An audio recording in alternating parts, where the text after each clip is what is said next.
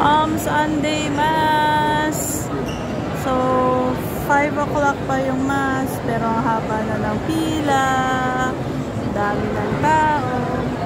Nakapila na kami.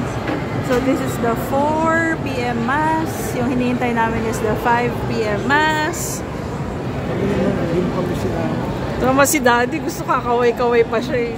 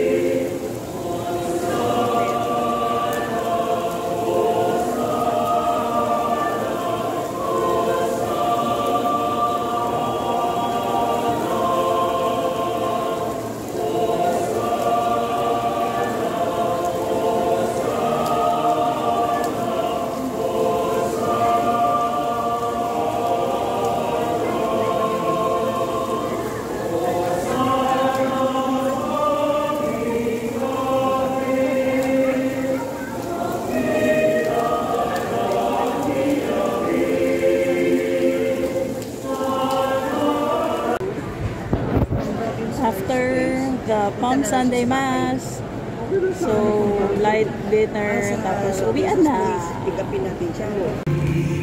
30 years na ako nakatira dito. Pero ngayon ko lang narating tong lugar na to. I have never been in this place.